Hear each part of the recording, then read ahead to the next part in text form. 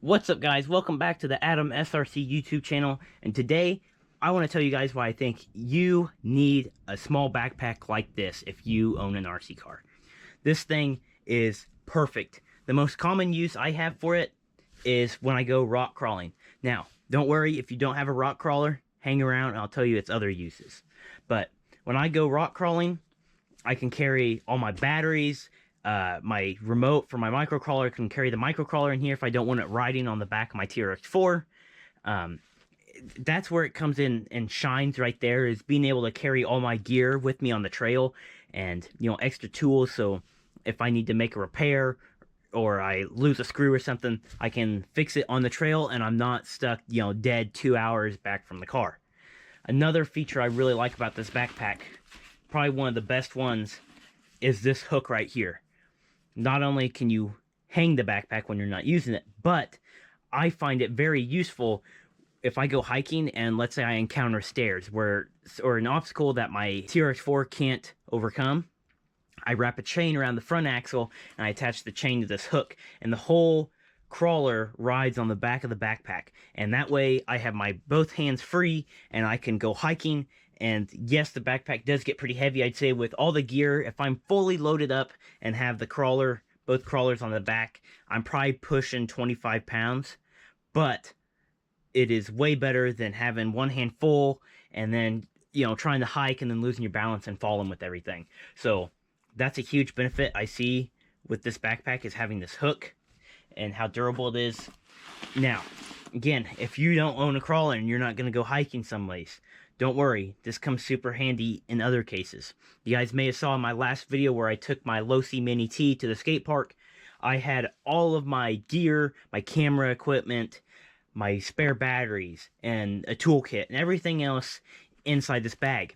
And that just saves you from having to run back to the car and get your tools out and then, bring them either to the car or carry the car, your RC car, to go work on it.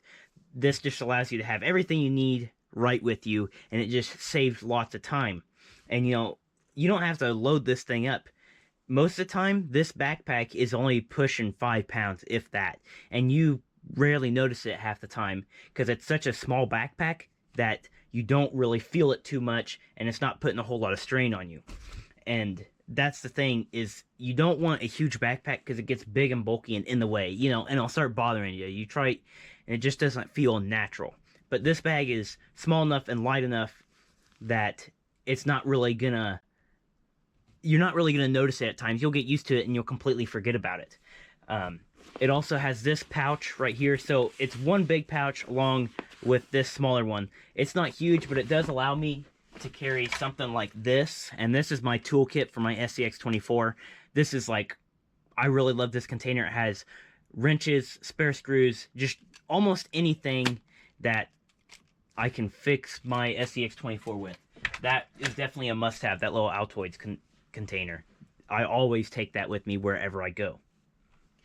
Additionally, this backpack, so I want to show you guys the inside. Again, it's just one big pouch in there, and I have this clipboard. This clipboard just prevents stuff from poking me in the back, because even though this does have a pretty thick backing, you'll feel things. So having that clipboard just prevents things from poking you, and it just makes it more comfortable overall.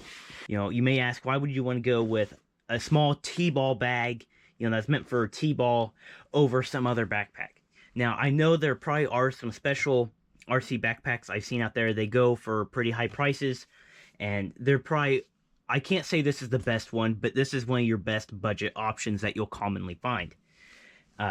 What makes this bag really good is it's meant for baseball, so it's extremely durable. All this material is kind of a plastically with, heavy stitching, like everything is reinforced and it's meant to last, which also makes it kind of almost hard shell. It's not, you can still do this, but as you see, it comes right back up, and that does kind of help protect some of your gear, so if you drop the bag, it stays solid and not all the impact is taken in through the stuff inside.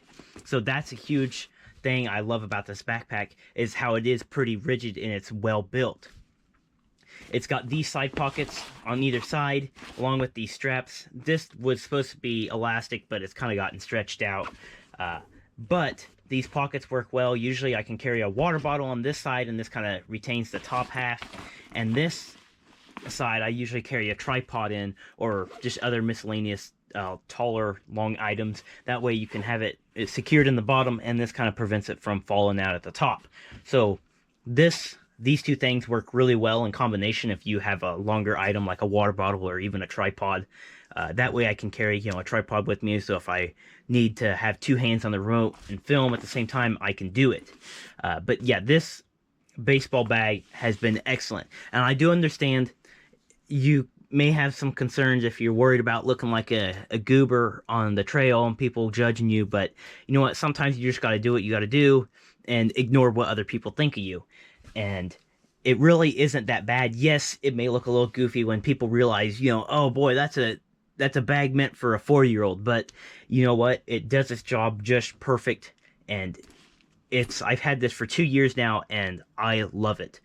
And like I say, again, with the extreme durability that this has, I see this backpack lasting me a long time, and all of its adjustability that it has. Look, I have these straps all the way tight so it's secure against my back, but you have all this extra slack that you can really loosen this up to make it fit almost anybody. So that's something to keep in mind. Now, if you're a bigger guy, yeah, this backpack may not work just because of how close these straps come. For me, I'm smaller, so these straps, don't have to spread super wide. But that's one thing to keep in mind. But other than that, guys, this is a phenomenal backpack. I absolutely love it, and I think I picked this one up at the garage sale, and I think you guys would probably be able to find one too. So for the price that you can find these, it's completely worth it. You don't have to put, $50 into a backpack that you're gonna go take out with you, every weekend or something. You can spend $5 and have a really good backpack, that'll serve you well. So that's just something I wanted to share with you guys, because I enjoy this thing, and I know maybe giving you guys some ideas, and you guys can't quite figure out a solution to your problems, because I know before I had this backpack, it was extremely frustrating trying to carry, a spare battery in your back pocket, the cell checker in your front pocket, and, maybe a screwdriver in the other. So this is just a really neat way that you can have a ton of stuff in one bag. Also, if you're traveling and you want to take like one RC car, if I want to take my Losi Mini T, I can fit my big oversized charger that's up there in the corner.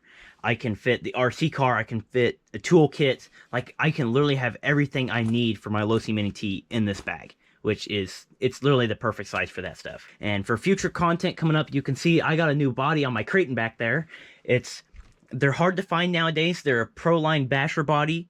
This body is not produced anymore, so the only way you're going to find them is on people on eBay. That's where I got mine. If you guys are wanting one of these bodies, I suggest you really get on it.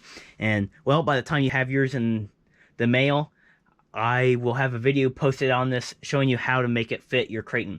Mine is a V5 Kraton, and I know they've been changing as the years goes on. Again, this was not easy to put on. I had to do quite a bit of modification. I had to 3D print some custom body mounts, because not only were the holes not the same width, but they were also different lengthwise. As far as the body had the holes drilled different length, and they weren't super consistent. Proline didn't do a good job from the factory, but yep, I'll have a video up on that. I do have stickers. I need to get them put on. I think it's a great body. First impression, it's really nice. That's all I got for you guys. Thanks for watching.